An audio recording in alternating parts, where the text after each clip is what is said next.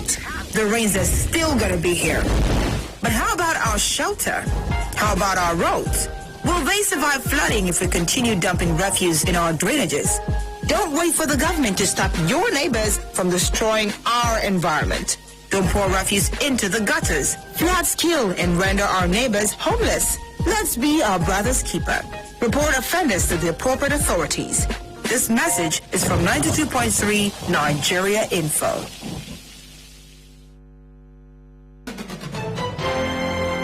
We connect you to the world. We connect you to the vicinity.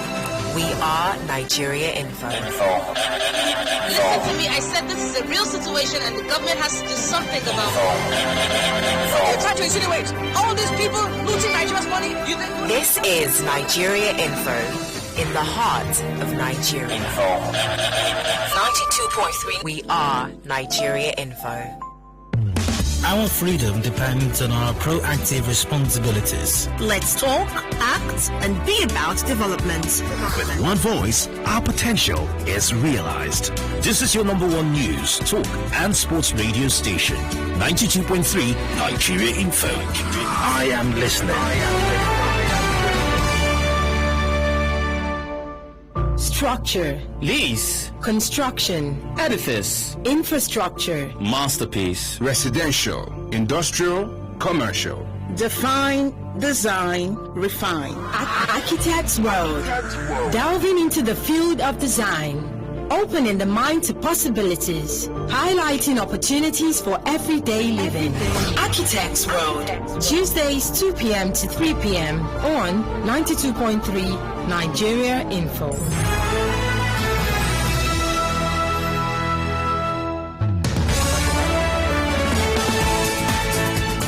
A very good afternoon to you. Welcome to the show. This is Architects World on 92.3 Nigeria Info, your number one talk, news and sports radio station here in Port Harcourt. I'm Gabriella. As always, I have with me in the studio Architect Ebi Bozimo. Good afternoon to you, sir. Hi, good afternoon. You're Great welcome. to be here.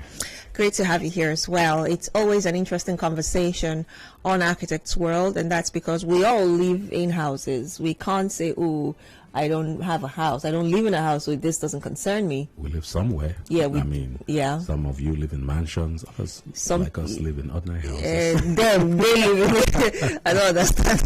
They live in mansions, so I don't know what it's like to live there yet. But we're hoping to get there by the grace of God. Always. We eventually want to be like you when we grow up. Don't turn it on me. So yeah, it's conversations that affect you and I, and would like that you join the conversation as it goes. Welcome once again. So today we're going to be talking about something quite interesting, I find.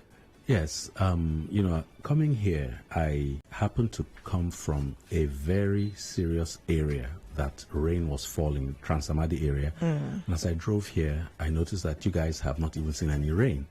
And while in the midst of that storm, I just noticed how everywhere was overcast and gray and looking relatively dull. And when one considers that after the storm, there shall be sunshine, I asked myself, looking at the state of the buildings, some of them have water catching on the surface, on the outside, just because of the design. Everywhere looks gray.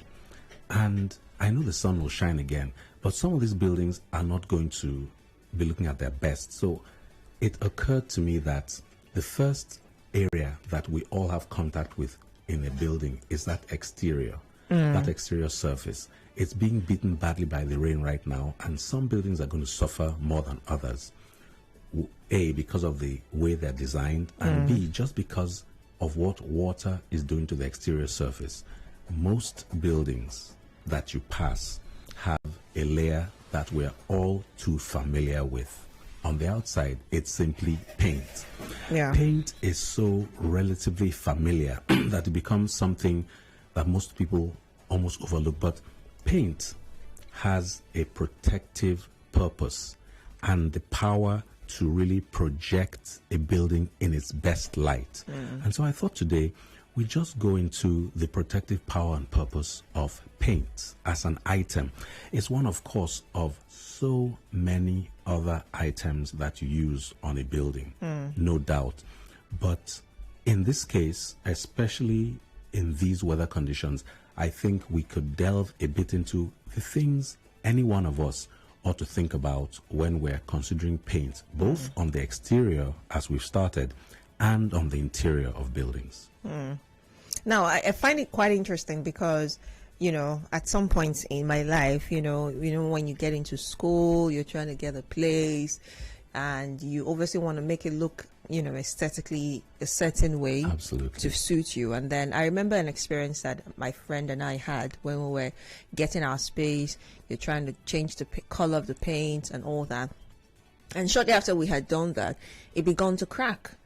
It's funny enough, it wasn't even in the rainy season. It was dry, and you know how the weather is, in the north. Right. So it was really dry and cold. But for some reason, it began to crack and it was really, really ugly. So I'm sure that we all have had some kind of experience with. In fact, I had an experience I will never forget. At the same stage in school, I got a room, and my neighbor got his room. Two of us were neighbors, and it was time to paint. So I went to the paint area, and there was this paint that was fairly inexpensive. I'll say it was very cheap. It fitted my pocket, and I went and bought it. Now, my neighbor went and bought a good name brand that was considerably more expensive. I felt, there's no point. I can't possibly afford that. I now go, I'm painting my room, and the more I paint, I'm wasting the whole day. The paint is not really sticking. It's not covering the former color and everything. And he comes with this kind of paint. One coat, he covers everything. And after I've gone back to the market to buy a second can of my cheap paint, that doesn't work because it doesn't even dry properly. I finally have to beg him for what is left over of his paint to complete my room. And that was for me a very big lesson about how this commonplace thing called paint has other things that you ought to know.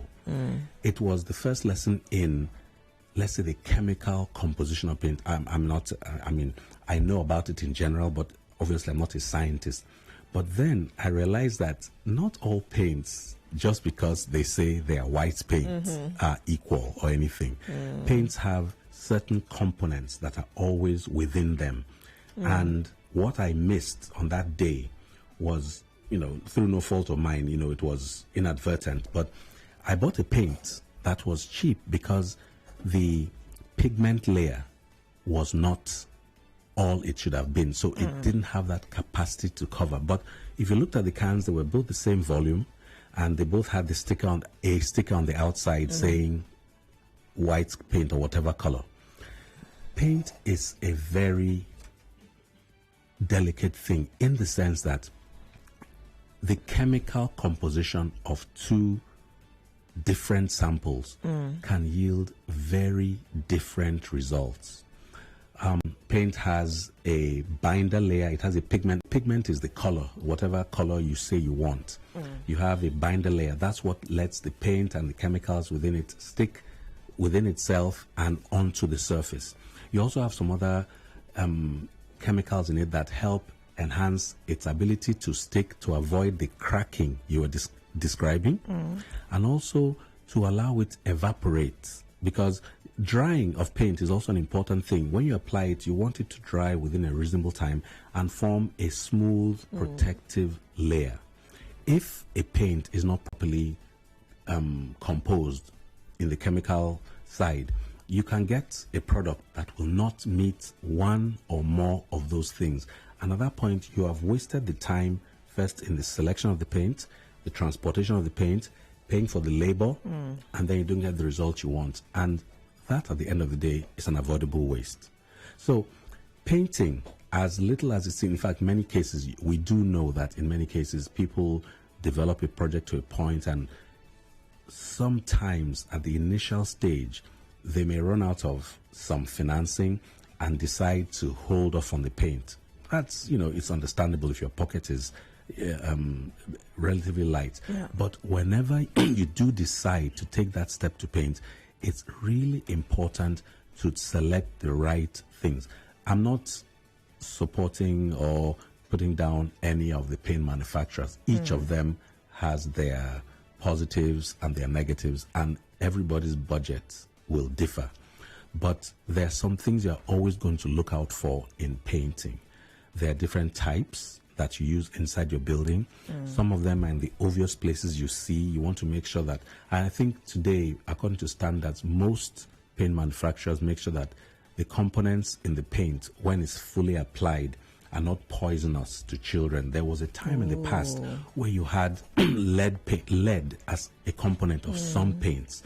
And you know how children go, they touch surfaces after drawing everything. They now take that surface, it can get into their mouth. That was leading to some injuries to the brains of children.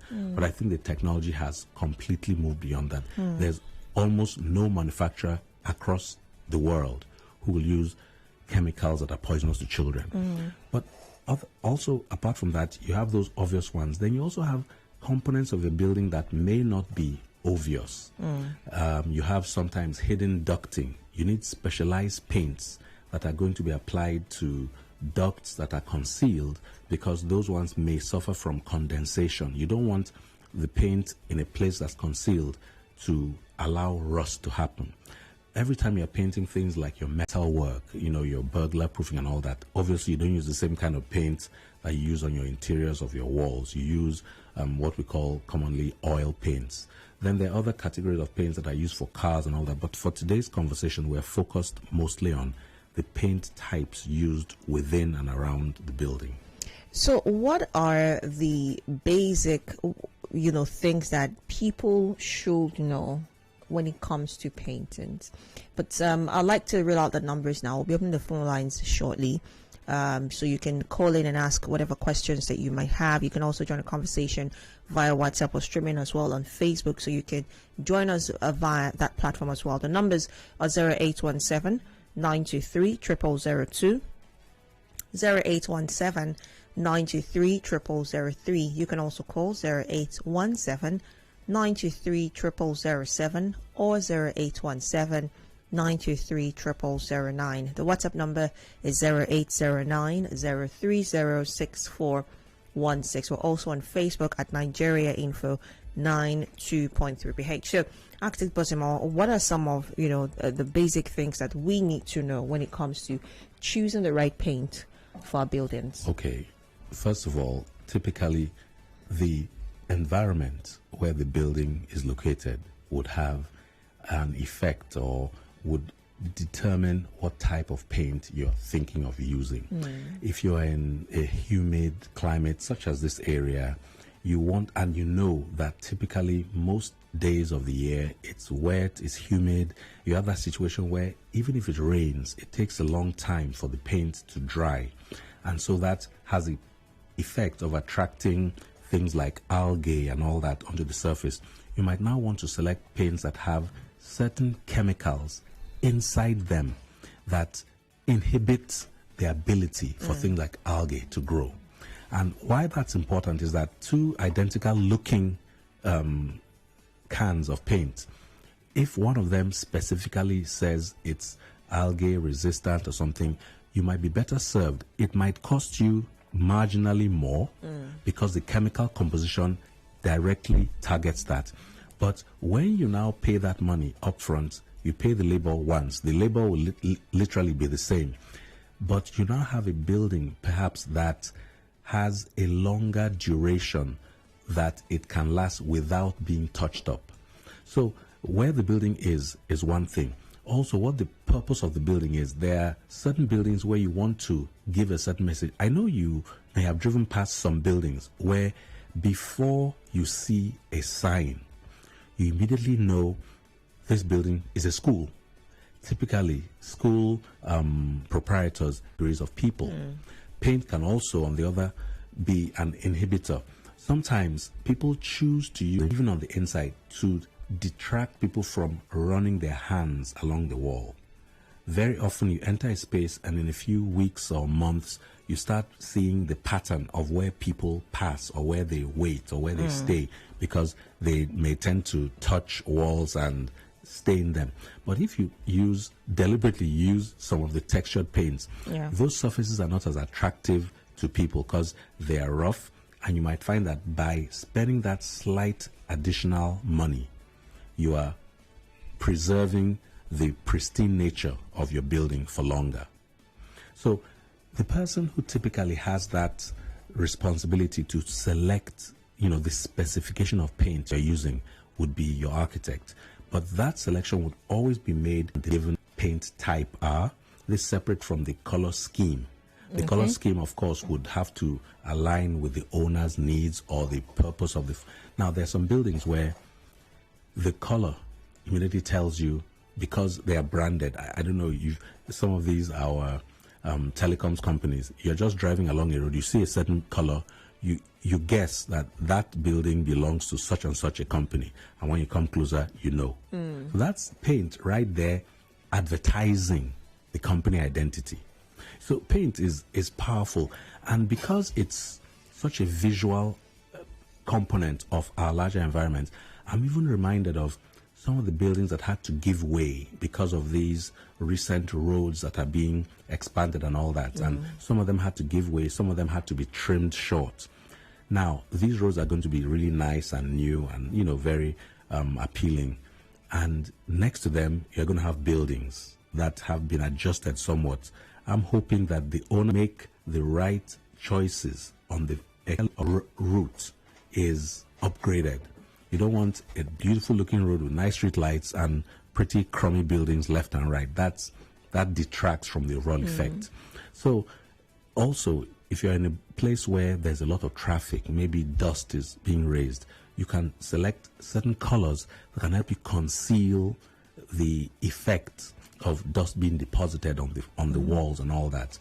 There are many things that I would have a conversation with you as a client about. We have the brands. Most of the paint manufacturers make it part of their duty to apprise the architect of what's new in the market. They let us know, as well as our quantity surveyors, that a given can of paint can cover a certain square meterage. Because this is another thing. Depending on the composition of the paint, two identical volumes of paint may not cover the same area, because some paints are more, if you want to use the word, transparent. So you'd have to use much more more coats on one spot. Some paints, because of the chemical composition, are much more opaque. So one swipe will go much further. And this is normally something that you have to ask your paint manufacturer. It may not be an exact number, but it should give you an indication of just how many, cans of paint you might need for a certain purpose. Interesting. We'll take a very quick break now, and when we return, the phone lines will be open for your questions and comments, as well as WhatsApp. Don't go away.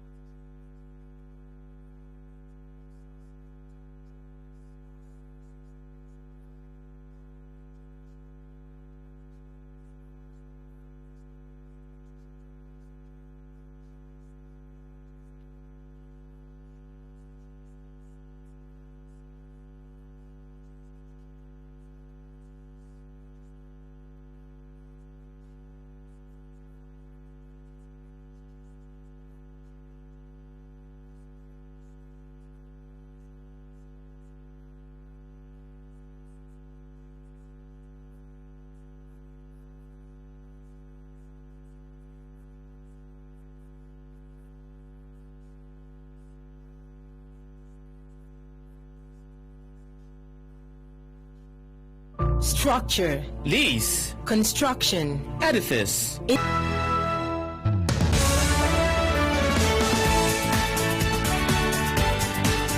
Welcome back to the show. It's Architects World on 92.3 Nigeria Info. My guest, architect Ebi Bozimo, and today we're discussing about paints, and it's quite interesting because this is something that obviously affects us all, the protective power and as well as the purpose of paint. The phone lines are now open. Whatever questions or thoughts you have, you can call in and ask. 0817-923-0002 0817 923 0003, 0817 923 0007, or 0817 923 0009. On WhatsApp, it's 0809030616.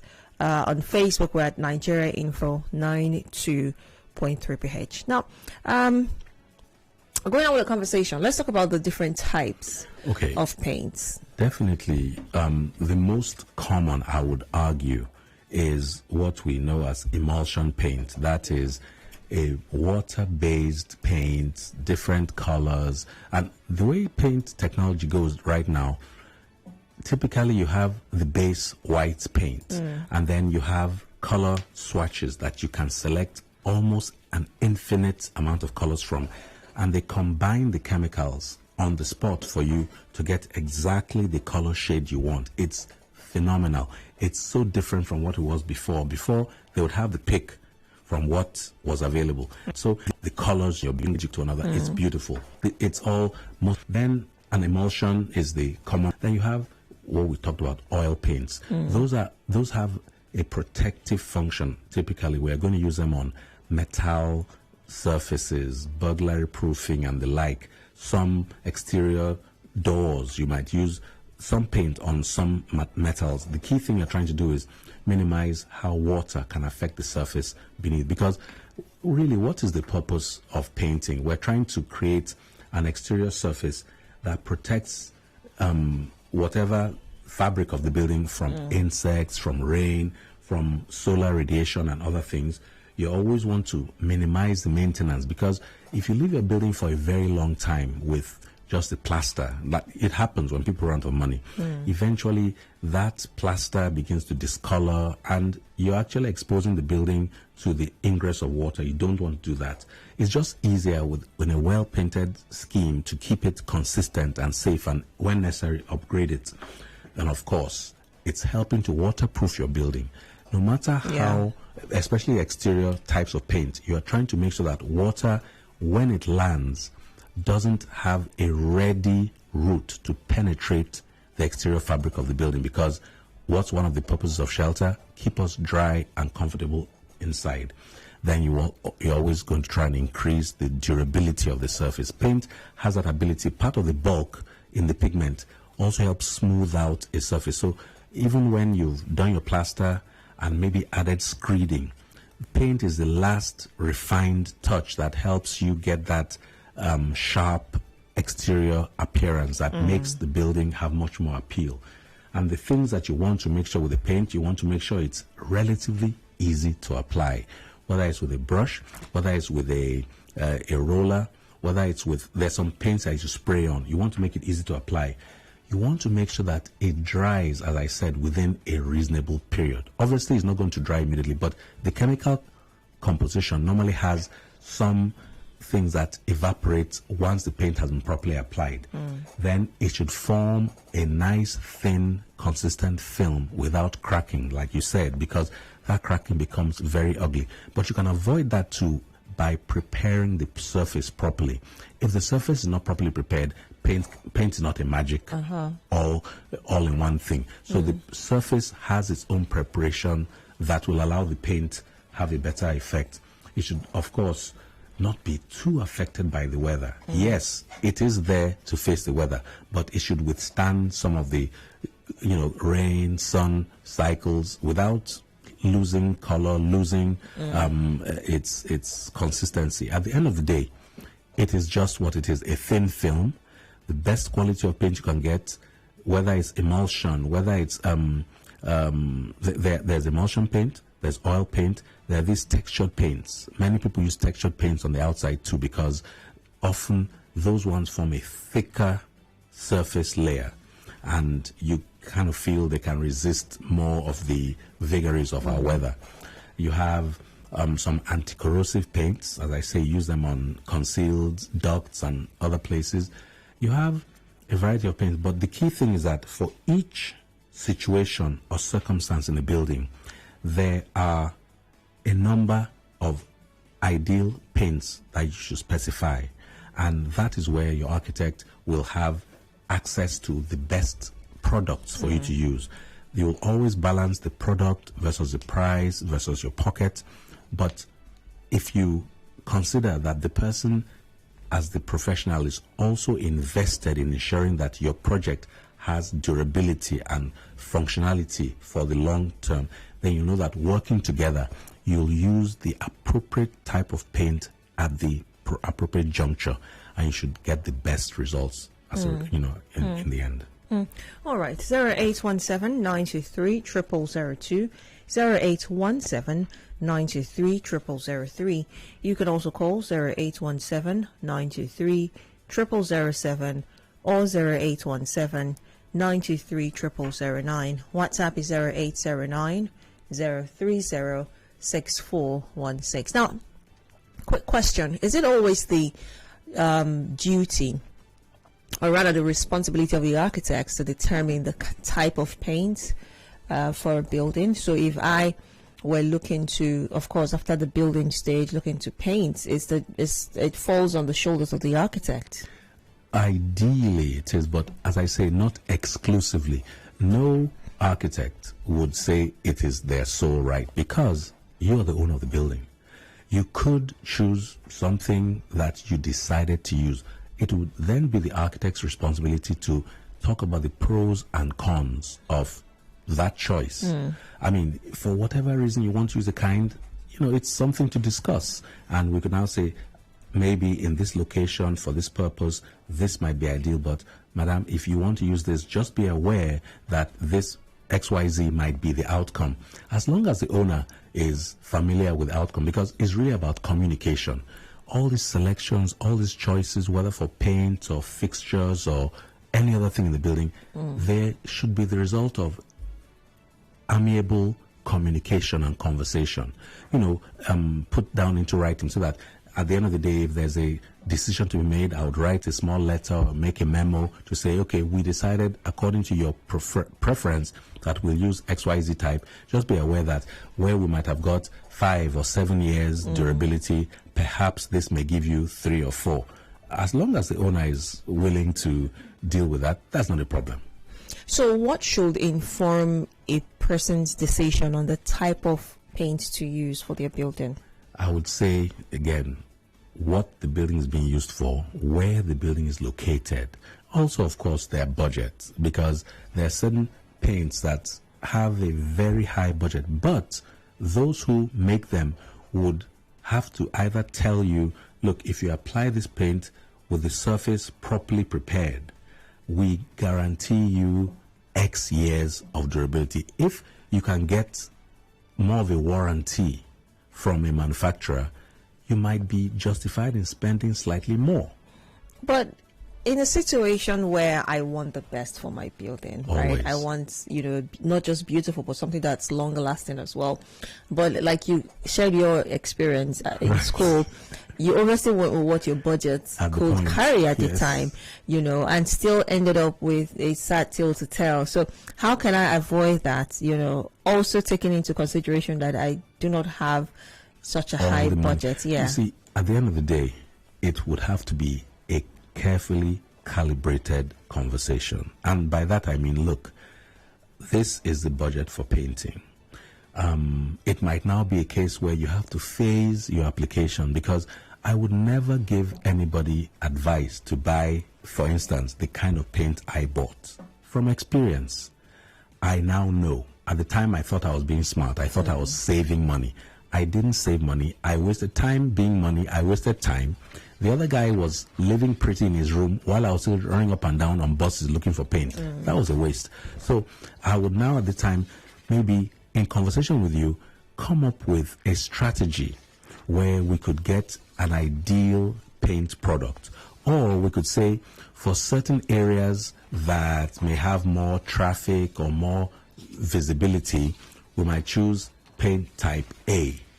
And for a less prominent area, or the inside wall of the back fence, we could decide to drop the specification. But fundamentally, at the end of the day, every advice a professional will give you is targeted at long-lasting and durable results. So I would rather even tell you, leave out X portion of the painting for now. Do what you can with the budget you have to ensure that, as they say, one is one. When you paint it, you don't look back. Now, let's use River State as a case study, right.